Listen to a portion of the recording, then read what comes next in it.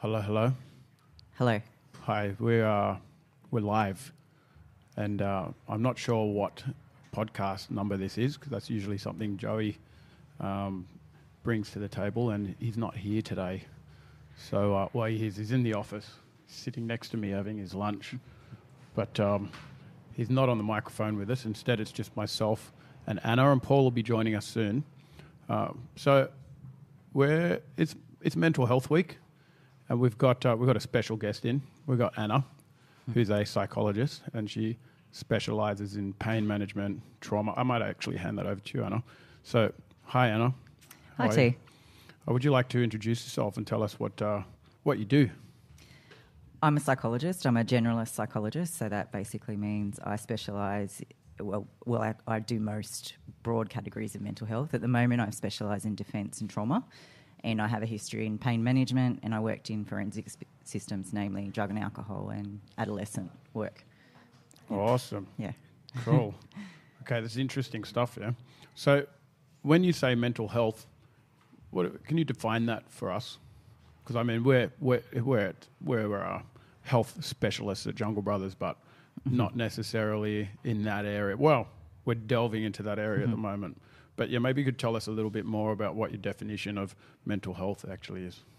I think mental health is a very broad term, so it's just like saying physical health, really. And I like to think that if we looked more at mental health like we looked at our physical health, we might look after it better. So mental health, I think, has a bit of a negative connotation, and that we feel like that's only a term that's applicable for people that might be suffering from severe mental health issues. But we all need to monitor our mental health, and it's much easier to do that because we're all essentially susceptible to developing mental illness, which is a bit different, I suppose, to mental health. Right. And if we don't look after it, we all have that potential to get to a state, I suppose, where our brain becomes unhealthy. So how do you define like the health aspect? So let's say, I'm guessing there's a bit of a line between how you diagnose somebody who's mentally healthy and then now they're suffering from an illness. How do you come to that conclusion? Well, there's a huge book devoted to diagnostic criteria for mental health. So it's very broad, but essentially it would come down to our thoughts, feelings and behaviours becoming impaired. So that means that it starts to affect how we socialise, how we work, our physical health, how we sleep, our appetite, and a number of bio and psychosocial changes start to occur. Right. And these could also be like symptoms that you could be born with, I'm guessing, as well? Or is it something that you kind of catch? Not like a cold, but... Well, it doesn't really typically have that sudden onset. So I guess that's where it can be somewhat easier to manage, but it can sneak up on you a little bit if you're not careful. It usually accumulates over time, and you suddenly it's not like you suddenly wake up severely depressed. You gradually get depressed, for instance, right? Usually, and so sometimes people have been unwell for quite a long time, but they haven't really noticed those changes because they've gradually occurred, and it's not until work notice or a friend notices or something else pushes them to come to therapy. But I guess what we'd typically look for is if usually for a period of 3 months or more, if people are withdrawing socially, if they're having issues in their relationships, if they're having trouble turning up to work, they're not able to concentrate, we're noticing angry outbursts or significant changes in behaviour. But some people do have a biological susceptibility, so they might be more predisposed to those conditions. Yeah, it's interesting you say that because even though, I'm not a psychologist, but I know when somebody's mental state has changed, people that are around me or that I know, or even if somebody comes into the gym, that's a little less, just showing signs of different social interactions that have a negative effect on the people around them. For instance, and there's something going on there. And that can make it hard because social connection is so important in mental health, but they're often pushing away people that are close to them. And that was going to be my next question, because it's such such a taboo subject. No one talks about it, but so let's say somebody comes in and they've got a limp and it's like, oh, person's injured. Yeah. But you're not like, oh, that person's injured, I'm just not going to go near them. Absolutely. You know what I mean? Or someone's got the flu. Well, maybe flu is a bit different because you can catch it, but you're still not going to ostracize that person because you're worried about your own, or whatever it is that turns you off them. But if somebody shows signs of some kind of mental illness, usually it's like there's like this you see people start to distance themselves from these people, and you saying that the social interaction is good for them and it helps them. So I'm guessing important. it helps them heal. The fact that it's such a taboo subject doesn't do any favors for somebody who's suffering from mental illness. No. So, and they often have trouble talking about it or identifying it themselves. Well, or maybe they don't even know. You know, or if they do know, it doesn't. How do you? So, the question off the back of that is, you have this effect that it's a taboo subject. Somebody comes in, let's get a bit of scenario. Someone's coming into the gym, they're suffering from a mental illness, could be quite obvious. It's something that's, because it's a taboo subject, it's a hard one to approach in a way. And then this person gets ostracized, or it could be in any environment, and it's doing potentially more damage. Now, how do you confront a situation like that? It's a very... You want to help them, obviously, yeah. especially for us in a gym, because what we want to promote is health. Is it about educating the people that have interaction with this person, or is it about trying to teach this person how to interact a little more like socially acceptably, if that's a way of saying it? Like, yeah, I think that's a tough question. I guess it would depend on how, if they have disclosed they have mental health difficulties and how comfortable they would be with you disclosing that to others, I suppose. Right. So I think it would probably be more likely to an individual conversation. Yeah. And if they have disclosed, that's obviously more helpful, but you might say, look, I know you're having a bit of a hard time at the moment, I really want to support you with that. However, I've noticed a few of these behaviours. Is there anything we could do to maybe help you manage that? I'm assuming you're talking maybe about negative interaction they're having with others, or look, we've got a few people that have come through the gym that have had mental health issues, and well, 1 in 5 people, up to 1 in 5 people can be affected at any time. So probably more. I think in any realise. work or any gym, you can look around and there'll be at least a handful of people. Suffering. Yeah. Well, I know that there's a couple that have been open to me about it, and that's great. Yeah, the approach that I've always taken is just treat them like anyone else, and if I see something that's a little bit out of the norm, I'll just let them know. You know, I'll say, okay, let's review what just kind of happened then, and we'll talk about how we can make that better for you and people around you, and then be there when these people are. What I've found with people that I've been around that have been suffering from any kind of like mental health issues is that there's always been these waves. Yeah. Kind of come. Some days are good, some days are bad, like anyone, I guess. Just seems a bit more extreme at times. That's important to notice, because it can be, particularly in workplaces I've worked in, that we might have people downgraded, or they might be getting extra assistance for mental health, and people look at them and go, oh, I saw them laughing in the lunchroom this morning. Like that means anything. And then they almost feel they have to play the role out a bit. So it's really important to remember that people can be good at putting on a front, or there are some times where they feel really good when they've got a mental health difficulty. But it's something that gradually gets better. And I guess, again, if you went back to treating it like a physical injury, it gradually gets better. And there's some days you've pushed it a little hard, so you might wake up a bit sore, and some days you wake up and you're like, actually, I think I can push it a bit further today. And that's how mental health works. So what would be the causes of your, like, I know, I'm guessing there'd be a range, but what are the more common causes that you'd come into contact with in people that you're treating?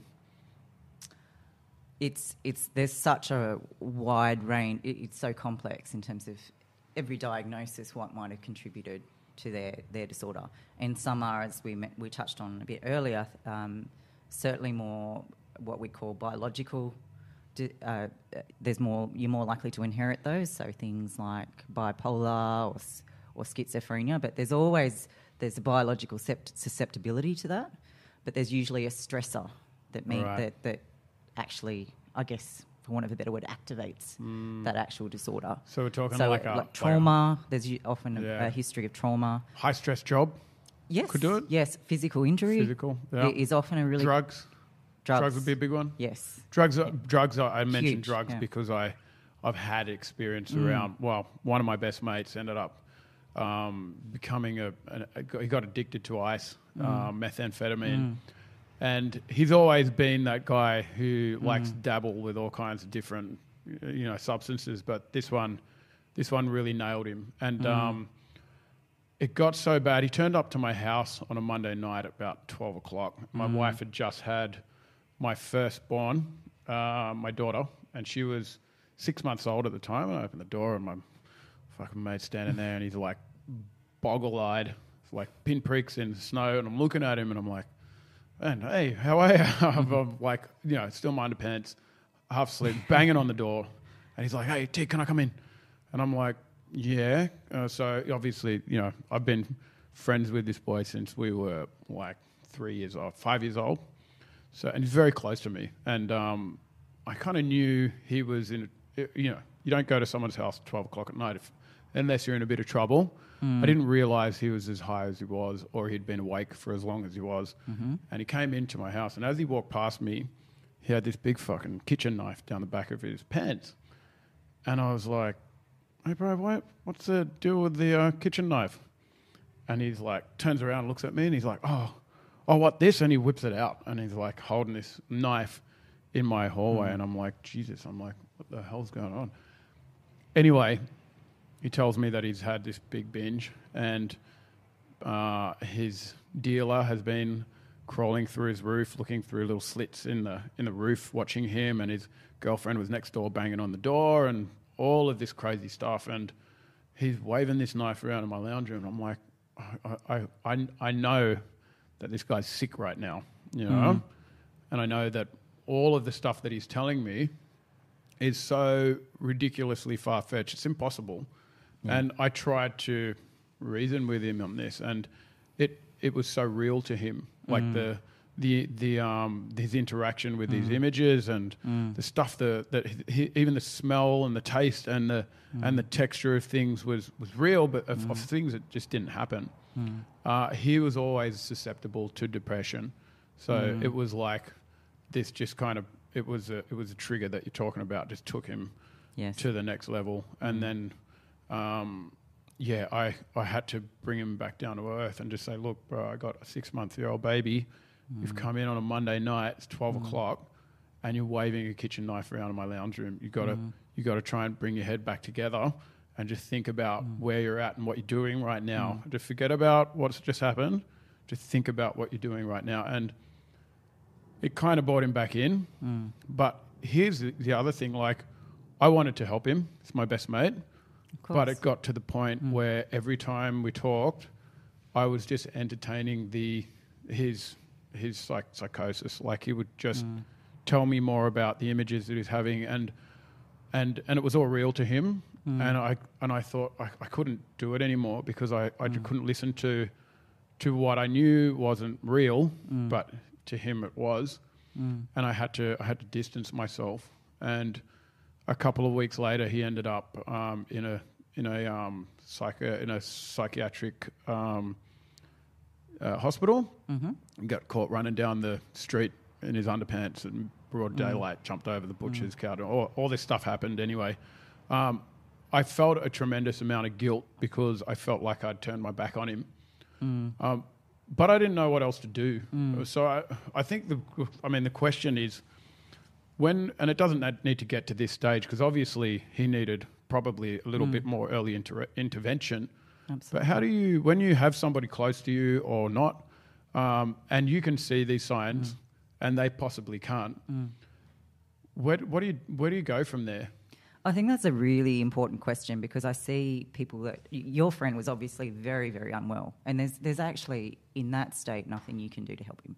Yeah. He needs professional help, and so and that's not being critical at all, because a lot of people go through a similar scenario, and there's this conflict in terms of I can't call the police on him, or I can't call mental health service on him, or I'll lose his trust, and he won't. I don't know what will happen to him or her. Or yourself in a situation like that. Yes. Because it's also, you don't want to upset someone swinging a knife around your lounge room. I think it's very important, and this is the point. If you don't do something, it will either result in suicide, police custody, or him seriously potentially sabotaging work or other relationships. And the earlier you get in, the more likely you can help these people. Because sometimes, particularly with something like psychosis or drug-induced psychosis, it gets to a point where it's permanent, and you can't. The brain's hardwired and fixed like that. But if you can get in really early, so I guess with that example, I could give you an example of somebody I worked with, and his brother called me. So I wasn't having much success with this client, because I knew he was still using when he came to see me, and he was using ice. And one night his brother called me, and it was almost a similar situation to yours, where he thought someone attacked the house, and he was running around, I think, with a knife, and quite acute paranoia. Yeah. And he said, "What do I do?" And I said, "You call the police or an ambulance immediately, because there's nothing we can do in that when they're that deluded and paranoid, and you don't entertain any of the psychosis symptoms that you spoke about, because it's like you were trying to talk to him just to keep him talking, but you can't entertain any of that." Well, yeah, he wouldn't talk about anything else. Right, That was and even then, even though he wasn't being dangerous, that's a sign you need to call emergency mental health services, and you can Google that, and they'll send somebody around, and they're the professionals that know how to deal with that, because he really needed an inpatient hospital admission to detox, because it's dangerous also physically to suddenly come off these drugs if they've been using for quite some time, and this drives their compulsion. Yeah. They're almost they can't think adequately for themselves. So you have to get a professional to step in when it's that bad. You really do. Yeah. Yeah. Get and that even early intervention or step away. Absolutely. And similar for people that might disclose suicidal ideation, you can't help somebody that's that severely depressed. Yeah.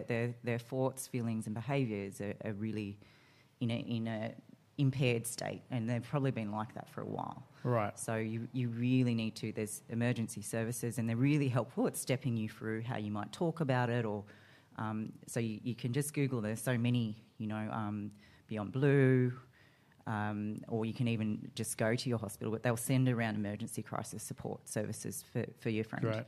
And a lot of people worry about the fallout, but I guess in terms of my experience, where I've admitted a lot of people, and they've been really against it, and they've been really angry, and there's been screaming and crying, and I'm worried about my physical safety sometimes.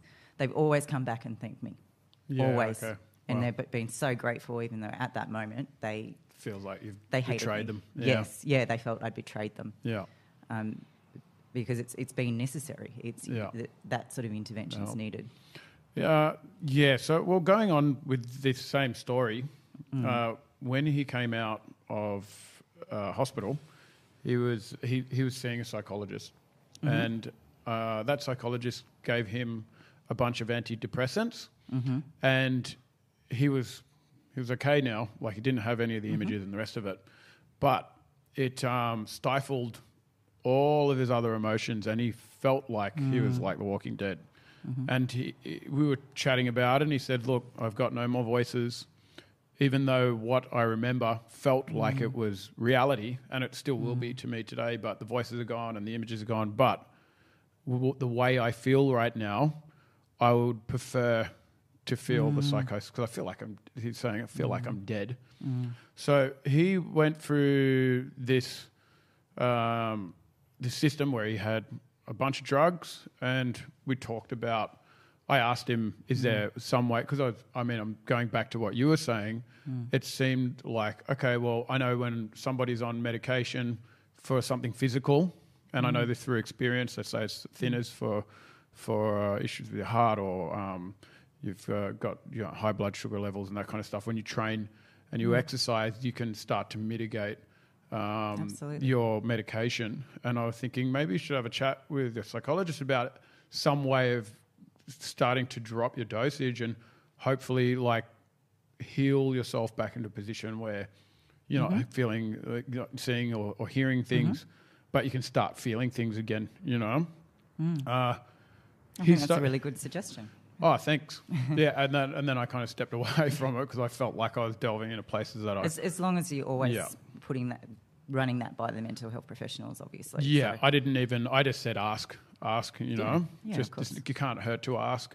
And in any mental health program, there should be what we call active strategies to improving your mental health. So that would include things like cognitive behavioural therapy, so looking at the way you're thinking and I guess almost like thinking challenging exercises or meditation or mindfulness or exercise and increasing socialisation. And there should be all of these strategies that you have on board because the medication alone only works so much. Yeah. And for most mental health disorders, you'd hope that there'd be a gradual transition to coming off the medication. So you're self-managing. Yeah. There are some, and that's usually when they're left untreated for a long time.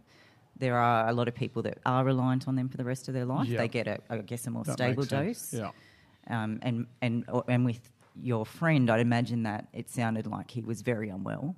That might be the case, and you would probably, I'd imagine he'd probably on medication for at least a couple of years before they consider him stable enough, depending how long he was unwell for. Yeah. So the longer you're unwell, the harder it is for your brain to get recover back to its normal. Yes. Normal makes is a loose total word. sense. Yeah. Because you've got that long-term damage that you're kind of dealing with. Absolutely. In a situation like that. Yeah. He started moving into those areas on his own accord, so he got into some meditation and a lot of... he was doing a lot of just being present.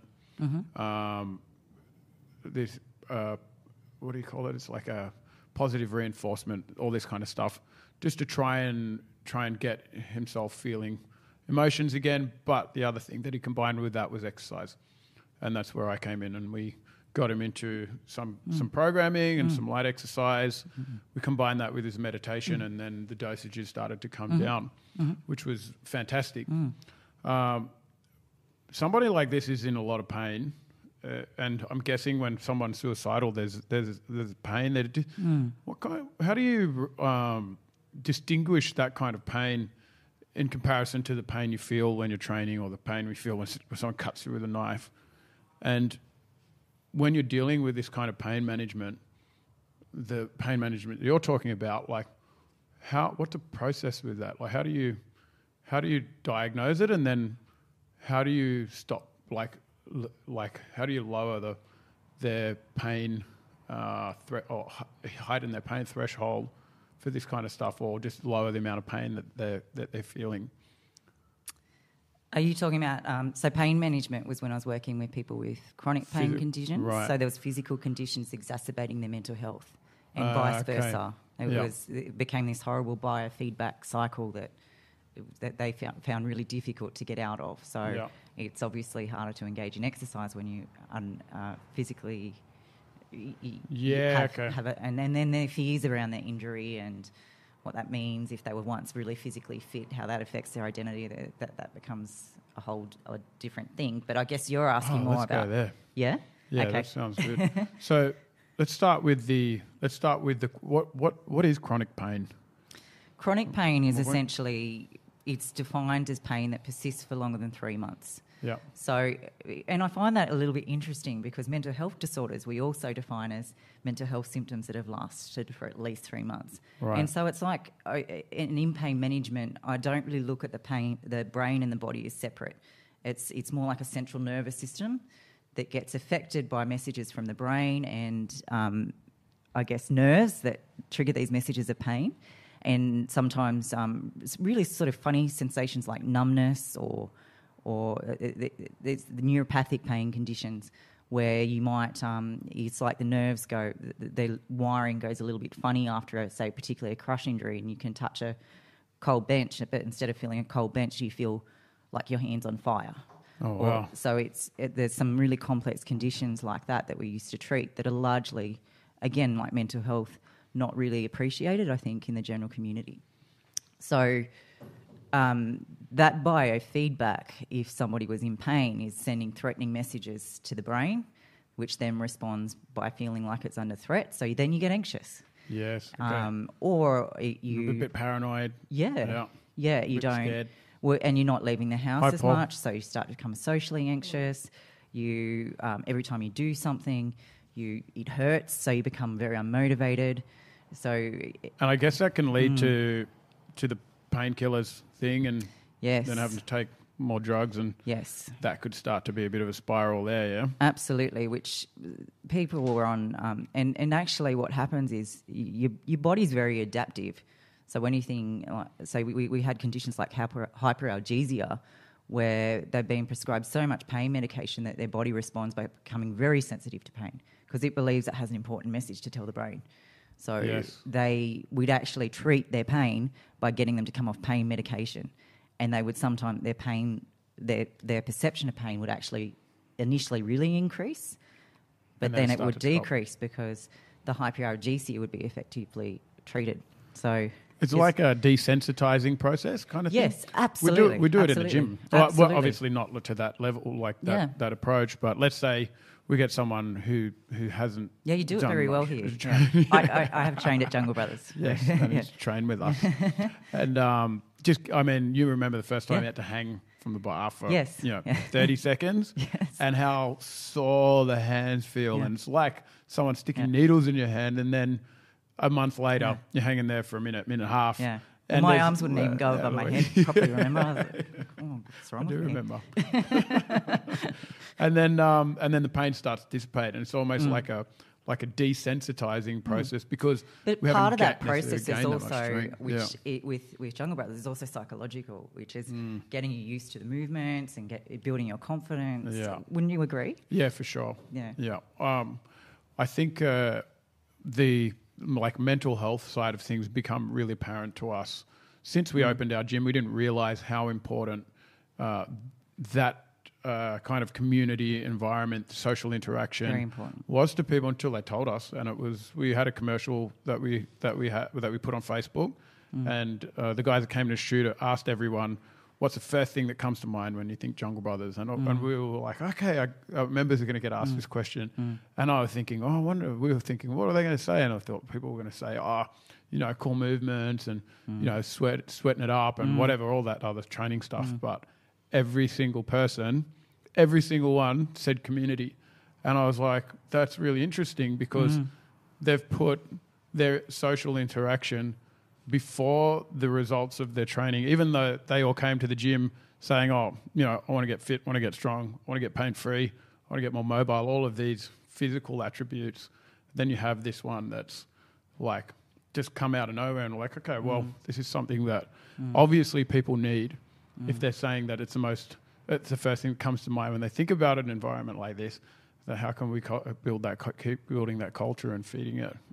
There was a huge study across many, many different cultures that what we call meta-analysis, and it combines all these different studies together. And it found that the biggest factor overall was social connection and just even social networks. So the more social networks you had, the less likely you were to complain of things like depression or the happier and more content you felt. And when I get somebody that comes in with some mood difficulties and I notice that they're isolated or they have significant issues with connection, I know I've got to put a lot of work into to helping them create that. But it's really difficult for some people. And Jungle Brothers is great like that. It's very inclusive. And I think I can imagine it's made a big difference for a lot of people that you're probably not even aware of. Because as I said, some people are good at masking it. Yes. And for sure. And I've seen the positive results for people that have come to me in the gym and told me that they've been diagnosed, and I've watched them change over that time. Just like you watch someone physically change, get stronger, get more mobile, you watch them interact a little bit more. You watch the way that they're talking to people, remembering people's names, and all these things that they just weren't expressing when they first walked through the door. Because you make us work together. Yeah, and, we force and there's it. things like getting walked on, you're Yeah. just human touch. Yes. It's Big really touch important. is a big one for us. And it was, I think it came about from the fact that we start to, when you think about it, like there's people that will go through, they'll go months without somebody touching them, that human touch. It's, I mean, for me, it's something I take for granted because I got 2 kids under 5 and you can't get them off you, At times you're like, get off me. My wife used to touch me, but she doesn't touch me as much anymore. So they're kind of pushing filled you that out the spot. way. Yeah. But there's a lot of people that don't get that. Yeah, it's really sad. And actually, also you some can people even pay for. I'm working with. They're paying for massages and things, Yeah. but just to get a get sense that. of connection. Yes. It's sad. Well, I work very culturally, and I think Paul could vouch for this. Hello. Um, Sorry, I'm late. It's okay. I was too Polynesian curious. culture is all very, very. There's a lot of contact. You can kiss and cuddle and that kind of stuff and lie on somebody. It's not necessarily the same in every culture as well. So there's all of these other factors, but we like to bring a bunch of that to our gym. Would you say that if you are that kind of person and you don't have that interaction and you feel like you're starting to get a bit isolated or you're not getting that kind of love to get out there and look for a community? Absolutely, I always recommend that. There's only so much I think as a therapist you can do, and that's part of what I'm trying to do. Is you can create an intimate connection as a therapist, but it's a professional one, and they need real people in their lives, a sense of community, intimate relationships and friendships. But you also need a wider sense of where you are, and I think belonging, and how you do the garden and things like that. I think that's really great. Yeah. To feel a bit of a sense of purpose or Yes. in your environment that you're contributing to that. Connection. Absolutely. It's really underrated, I think, in terms of importance to mental health. Would you call that like a religion in a way? I'm not religious myself in the conservative terms, but if you look at it as a broader subject, it is like knowing that you're connected to something bigger than yourself, Well, I think that's why in every culture there is religion, but I don't think we necessarily need it. It's just something that's developed out of that need for a sense of purpose and belonging and where you are in the world and in your community. We've evolved as social beings and we've become increasingly socially disconnected. And it's interesting when I'm working with trauma, we go back to what we call critical memories or in their trauma history. And some of the people I'm working with have been exposed to horrific sexual abuse, physical abuse. They've been over because as I work within defence, they've seen the worst, some of the crimes of humanity and people being really, I guess, deprived and tortured and their friends killed. Yet it's interesting, a lot of them will come back to a trauma as what we call attachment trauma. So we all have a need to be to belong, I guess, but they'll identify something like when they were dropped off in an orphanage or when they were at the police station and no one came to pick them up. Or as the trauma that most of them... And I help them identify that a bit. We've done a bit of work to get there in terms of their sense of worthlessness or whatever it is that's more pervasive for them. But that's what they come back to as a trauma that one of their earlier defining traumas that defines that sense of where that worthlessness began or their fear began or their need to, their perfectionism or whatever it is that we're working on often comes from an attachment trauma despite all these what we more tangible, I suppose, traumas. But neglect and attachment trauma and feeling like no one's there for you is, when you think of it, it's critical for survival. If you're outcast from your tribe... So it's in the gene then. Yeah, to be wanted. And we're completely relying on our parents. We're social creatures, so we don't really survive separately. Yeah. Okay. So you talk about connectivity, and you said you work with teens as well. Is that right? I did when I first started. Yes, I haven't for a while, but I did work with teenagers. What now? Mostly Indigenous teenagers. Okay. Yeah. Well, this is probably this is more relative to the fitness industry as a whole, and its relation to Instagram and to Facebook, and we've all seen it. Mm-hmm. These new tools that are coming into, and these variables are coming into our lives and our kids' lives and the teenagers' lives, and these the aesthetics element and these comparisons, this ability to compare yourself to others. I mean, look, for an example, I could be, let's say I'm impressionable, I'm young, and I get out of bed, I see myself in the mirror in the worst state I could ever see myself in, and before I do that, I've checked my phone and I've already seen maybe 15, 20, 30 images of people more beautiful than me, doing amazing things, getting the best angles at the best shots of themselves. And then I get this look at me, and if I have that day in and day out, what kind of implications can this kind of exposure have on an individual, especially when it's relative to health and well-being? Mm-hmm. Is it healthy? Is our social media environment healthy for an individual? I think it will come back to how their belief sets and their sense of security and their perfectionism. Obviously, it's highly destructive for some people I've worked with that will compare themselves to social media, and it's obviously not an authentic version of self, which is what we really encourage a lot in psychology, is that it's okay to feel sad, it's okay to feel angry, we've all got vulnerabilities, just embrace your strengths. And sometimes there's strength in vulnerability. But that's certainly not what Instagram and social media ever portrays, does it really? Nobody puts that stuff up usually. The ugly shot. Yeah, nobody. Not often. Occasionally some people will use that a bit. They'll go, this is just to show you what this is. But then they've still got the nice shots, don't they? It's 1 in 10.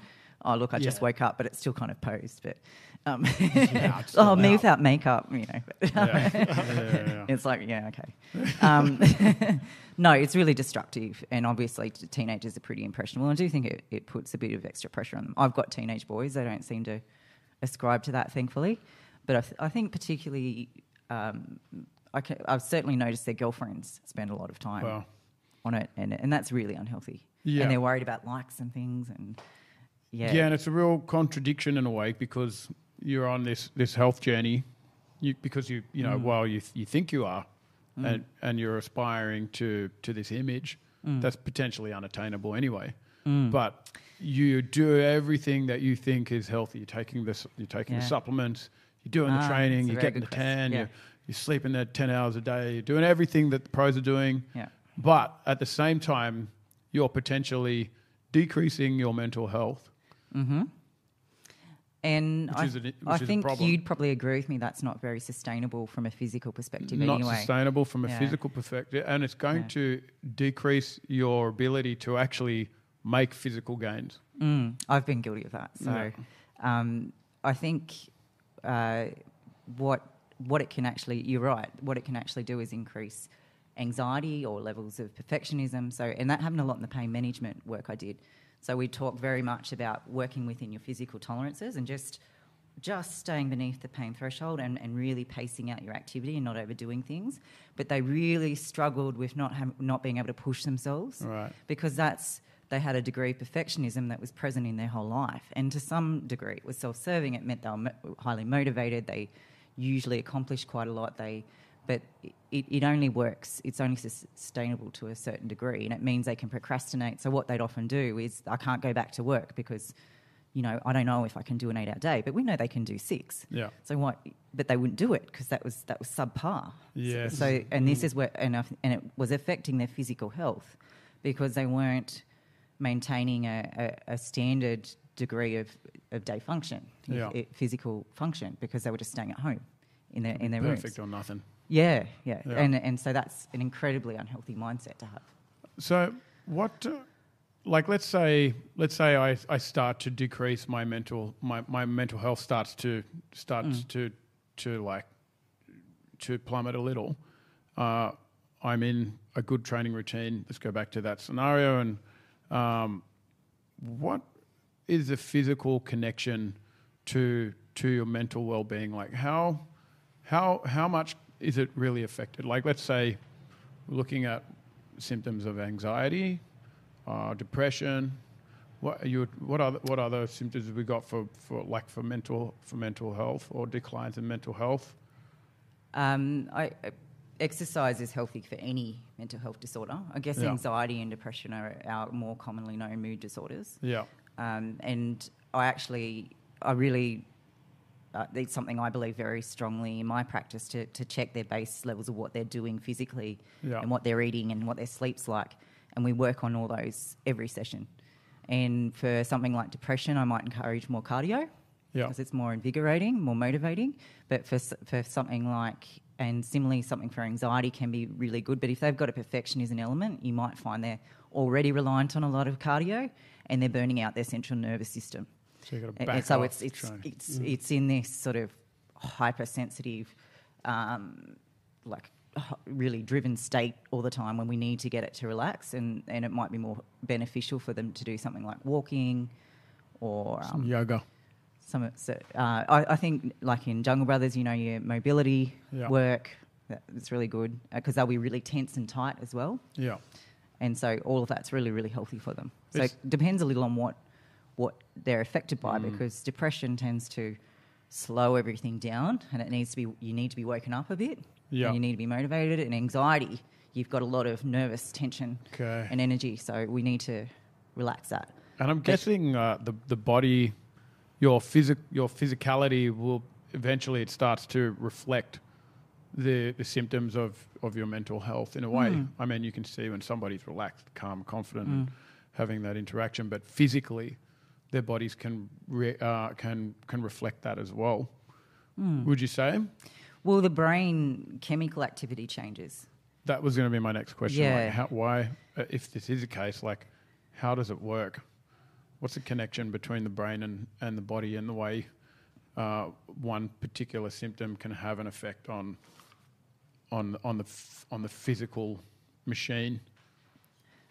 A lot of that we're not entirely sure about. But if you're depressed, for instance, it means you will describe feelings of physical fatigue often, and your pain perception's increased.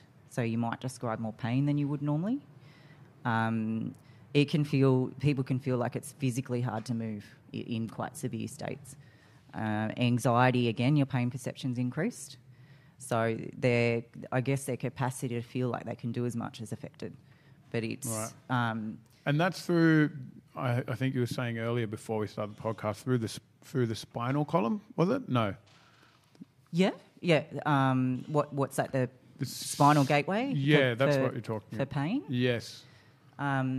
Which is...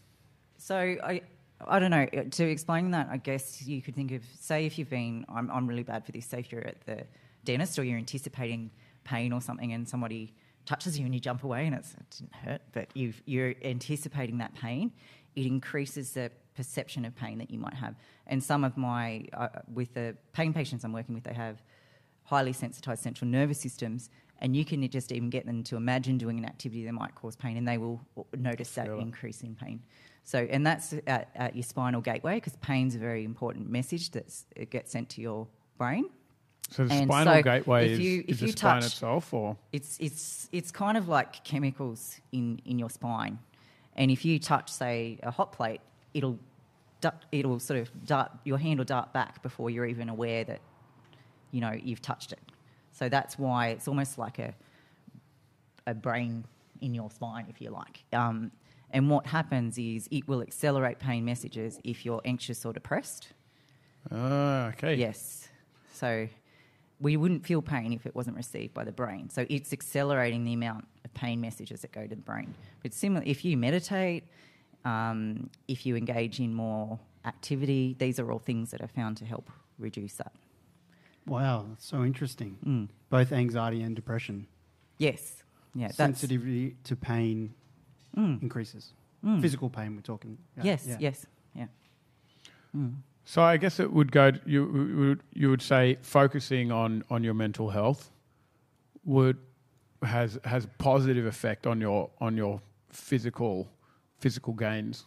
Mm-hmm. So and, if you are vice versa. Yeah, if you're in a regular training routine, and you want to make more progress with your training, even if you're in a stable state, still working on working on your mental health is going to have positive effects on your physical gains, and then working on physical gains, you use that also as ways to make you to increase your mental well-being.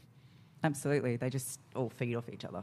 Okay, so then what does working on your mental health look like?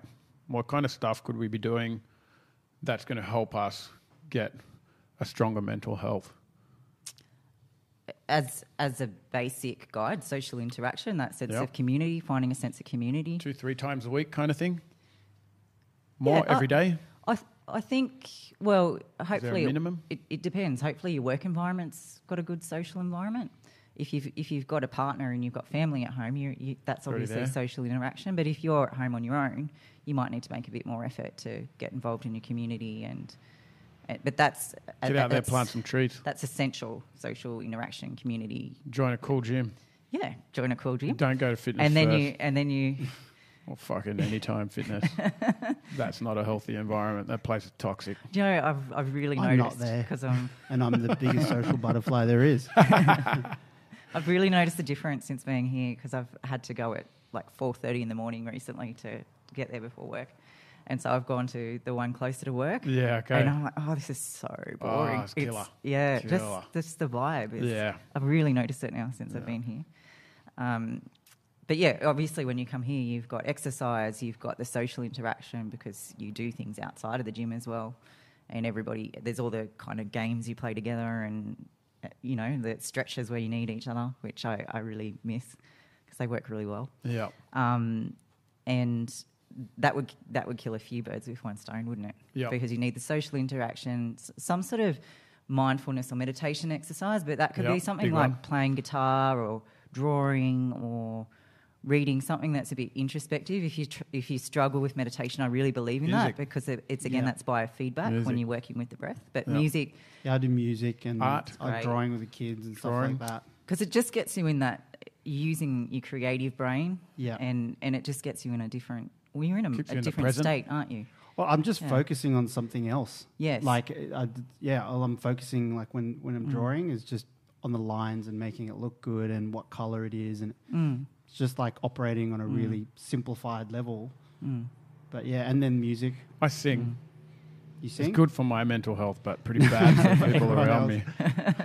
Do you really? Yeah, in the shower and shit. He does at the gym. I sing at the gym, yeah. 80s Thursday night, 80s movement prep. I'm belting them out. I'd like to see you... Fucking so tone deaf. A video of you singing. And my poor daughter's got the same tone deafness. Does she? I think, yeah. Yeah, but you've had 39 years to perfect it. I don't know, bro. And yeah. I'd like you to show a bit of vulnerability and follow up this podcast with a video of you singing. Just for fun, man. You can do it. Or now. Yeah. Well, we're going to have a karaoke night. That's going to be good for mental health. Yeah. Besides the booze that everyone's going to be drinking. We're going to have a carver night, actually. Carver night? Yeah. I actually think if you have a couple of drinks and that's social, then that's healthier. And that's we're talking about that sort of extreme perfectionism. Say if you're so obsessed with your health that you can't go out and enjoy a nice meal, or you can't socialise because that might mean you might have one beer. I feel that's getting into an unhealthy state because you're depriving yourself of socialisation. It's what most of the fitness industry is made of. Yeah. Like that particular model where you're so obsessed with health that it is no longer healthy. You know? I had one of my friend's wives said to me, "Are you like a fitness fanatic?" And I was like, those words don't even belong together. You know what I mean? You can't. Well, that's true. I like that health response. fanatic, and I was like, they contradict each other. You cannot be a fanatic of anything and be especially fitness and be healthy. You know what I mean? There's going to be some kind of adverse effect to that when you become obsessed with things. You know. So we've got meditation. We've got social interaction or some kind of mindfulness. Lots of sleep. Good sleep. Good nutrition. Choose your company wisely. kind of thing. So being a healthy environment, you don't want to be hanging out with. I mean, you want social interaction, but you don't want to be like with the wrong people in a nice den. Or really dysfunctional intimate relationships can really have a huge impact. I'm sure I don't have to say that, right? When people are in an unhealthy intimate relationship, it can get very unhealthy. So stay away from those ones. Yeah. And get around the right people, have a good community, have good meditation, good training, healthy food. Would have to be a good one, obviously. Feed the body, feed the brain. Yep. So things like having plenty of fish oil can be just as effective as antidepressants. Amazing. Vitamin B is also very good for anxiety, stress. Good variety of food. You can listen to our podcast on nutrition if you need any help there. We also have a podcast coming up on meditation. So if you want to delve further into those areas, listen on. That's true. Johnny Marsh is coming on. Who is, sorry? John Marsh, a fellow gym owner who lives in Melbourne. There's a cool gym down there in Melbourne. I'll be coming in this afternoon actually for that. And then I guess you were talking about stress levels. So being in that high stress environment, maybe trying to taper that off a little bit kind of thing. Or do you think that more, I mean, obviously it depends on the individual, the tolerance levels and that, but these are other ways that you can kind of manage or... It's interesting because I think particularly for depression, sometimes I would like them to increase their stress. So sometimes stress is a bit of a negative word, but we need a little bit of it. I guess a bit similar to when you need to put your body under stress sometimes for it to grow. We need that for our brain and our emotional resilience to grow. So, but it's about doing it gradually. But it depends on, I guess, the individual, because some people push themselves too far and need to learn to bring it back. Yeah. And some people, may not be pushing themselves. It's all about balance, really, then, isn't it? Absolutely. Yeah. It always is. Finding that balance. Yeah.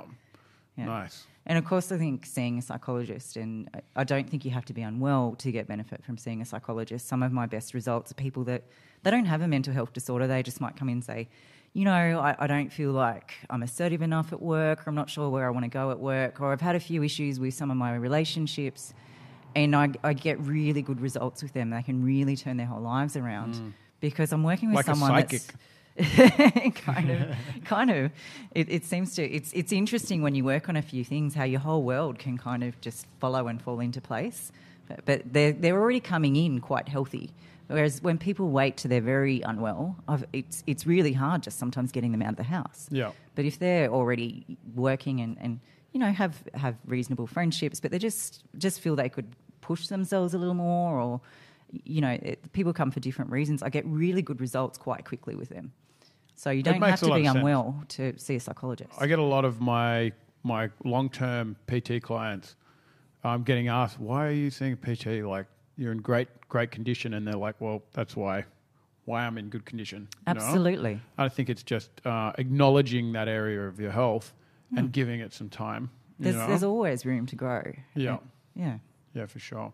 So let's say you're struggling with mental health, like you feel like maybe you've recognised someone close to you is falling into a bad place, or showing some signs that we've talked about earlier in the show, or you may be feeling them yourself. Where do you go from there? Are there any phone calls you can make? People can reach out to you, perhaps.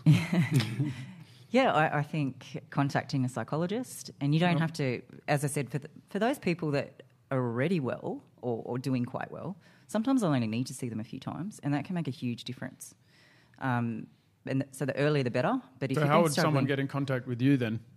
Just Google. Yeah, psychologist, your area. It might take you a while to find someone that fits your style, or you feel you can connect with. So shop around a bit. Yeah, possibly. Yeah. Don't just go with the first one, would you say, or? If you connect with the first one and you feel they understand you and you feel they've given you a few ideas that are good to work with, then sure, stick with them. But some people, I've just heard many a time people come to me and they're often quite unwell by that stage, and they've tried a couple of times, but they've said the psychologist has said something they didn't agree with or they didn't like, and then they've just gone, well, that doesn't work for me. Right. When we're all a bit similar with personal trainers, right? There's some you connect with and some that work better for you and some that understand. Some shit ones out there too. Which is Well- what I want to ask. Is there some shit psychologists out there? I think have to be fucked. every There's profession shit- is a bit like that, yeah. right? There's Few old some ones that are as better well. than others. Been doing it too long and stuff. Yeah. Some shaded ones. Yeah. Yeah. When I first came here, I had a personal trainer, and I was seeing him for 6 months. Or something. And then I came here, and I'm like, I've learnt more in my, the Classes. the session I had with you Oh, yeah. to just join the gym. And I was like, What about Beyond Blue? You mentioned them. Yeah. So that's another avenue you could yeah, you give can those guys a call. give them a call and get some, even if that's to get some ideas on where to start in terms of. There's some great self-help guides out on the internet. Yeah. If you feel you can't afford a psychologist, although you can get 10 sessions under Medicare. And again, you just have to go into your doctor and get a referral and just describe some of the symptoms you might be having. Yeah. I know a few people who use that. Yeah, it's great. It's pretty straightforward. Yeah. There's a number of help organisations, I think. There's like the kids helpline as well, like more specific to different demographics. Is there a kids helpline? I'm not working know? with kids Yeah, as much okay. anymore. Yeah. I used to refer them to that, but I'm not. There is, but I've forgotten what they're called. You hear it on the radio every now I think and it's kids helpline. then. Right. Yeah. We'll But get anyway, a list of them together. The main thing is that you get out, you reach out. Yeah. Don't suffer in silence. Find some help. Yeah. Take action, Yeah. like you would with any other area of your health. Absolutely. And the sooner you get on top of it, the easier it is to manage. Oh yes, early intervention is You can- important. Even if you do get to mental health disorder criteria, you can get tremendous benefit in as little as 4 to 6 sessions from seeing a psychologist. So there's evidence to suggest that. So if you have what we call an adjustment disorder and you don't have that biological disposition towards anxiety, depression, but we all certainly have a susceptibility. If we put enough Yes. stresses on us, there might be You can go there. a death in the family, particularly bad job you're in, or a few of your friends have moved away, or a few things that a physical injury and Business partners like beaten down. means that you Won't start stop to fucking getting off your back.